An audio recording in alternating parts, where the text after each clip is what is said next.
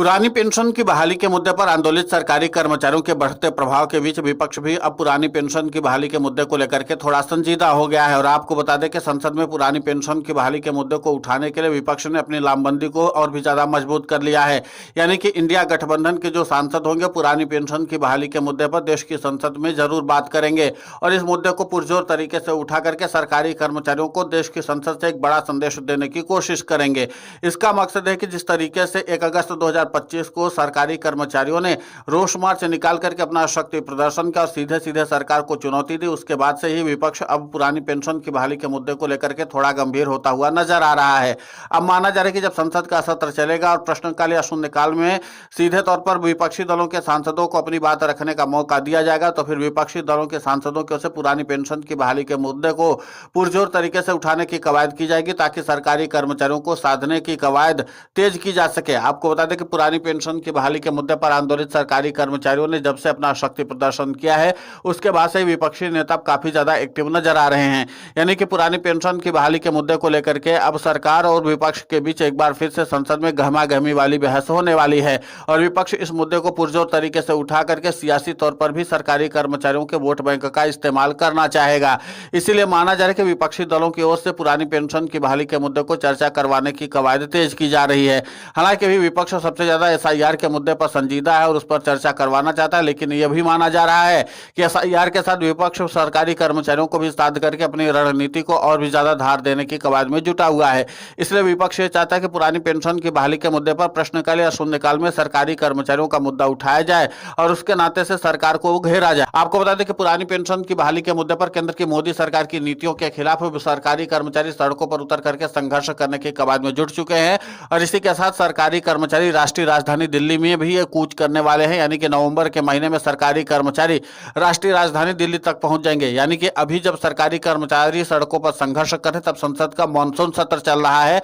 और यहां पर विपक्षी दलों की ओर से पुरानी पेंशन की बहाली के मुद्दे को पुरजोर तरीके से उठाने की कवायद की जा रही है। अब देखना यह महत्वपूर्ण होगा कि जो लोकसभा स्पीकर ओम बिरला है वो पुरानी पेंशन की बहाली के मुद्दे पर विपक्षी दलों के सांसदों को बोलने का मौका देते हैं या नहीं। सबसे बड़ी चुनौती यही होगी। लेकिन यह भी माना जा रहा है कि पुरानी पेंशन की बहाली के मुद्दे को लेकर के सिर्फ विपक्षी दलों के सांसद ही नहीं बात करेंगे बल्कि कई कद्दावर चेहरे भी बात करेंगे। मसलन राहुल गांधी और अखिलेश यादव जैसे बड़े चेहरे जो होंगे वो पुरानी पेंशन की बहाली के मुद्दे पर बात करते हुए नजर आएंगे। और हालांकि अखिलेश यादव तो पिछले बार सीधे तौर पर संसद में पुरानी पेंशन की बहाली के मुद्दे को उठाया था, लेकिन इस बार माना जाए कि राहुल गांधी और अखिलेश यादव भी पुरानी पेंशन की बहाली के मुद्दे को उठाएंगे और इसके जरिए भी सरकारी कर्मचारियों को एक बड़ा संदेश देने की कोशिश करेंगे। इसका मतलब साफ है कि इंडिया गठबंधन की ओर से पुरानी पेंशन की बहाली के मुद्दे पर एक संजीदगी साफ तौर पर दिख रही है और नई रणनीति के तहत इंडिया गठबंधन पुरजोर तरीके से अब अपना काम करता हुआ नजर आएगा। इसी बात को लेकर के अब काफी ज्यादा गहमा गहमी वाली बहस होने की कयास लगाए जा रहे हैं, क्योंकि पुरानी पेंशन की बहाली के मुद्दे पर सरकार ने भी अपने तरफ से जवाब दे दिया कि वो पुरानी पेंशन की बहाली के बारे में कोई विचार नहीं कर रही और न ही उसका कोई ऐसा इरादा है और न ही पुरानी पेंशन की बहाली के बारे में कोई सरकार सोचने की रणनीति भी बना रही है। आपको बता दें कि पुरानी पेंशन की बहाली के मुद्दे पर आंदोलित सरकारी कर्मचारी यूनिफाइड पेंशन स्कीम और नेशनल पेंशन स्कीम को सिरे से खारिज कर चुके हैं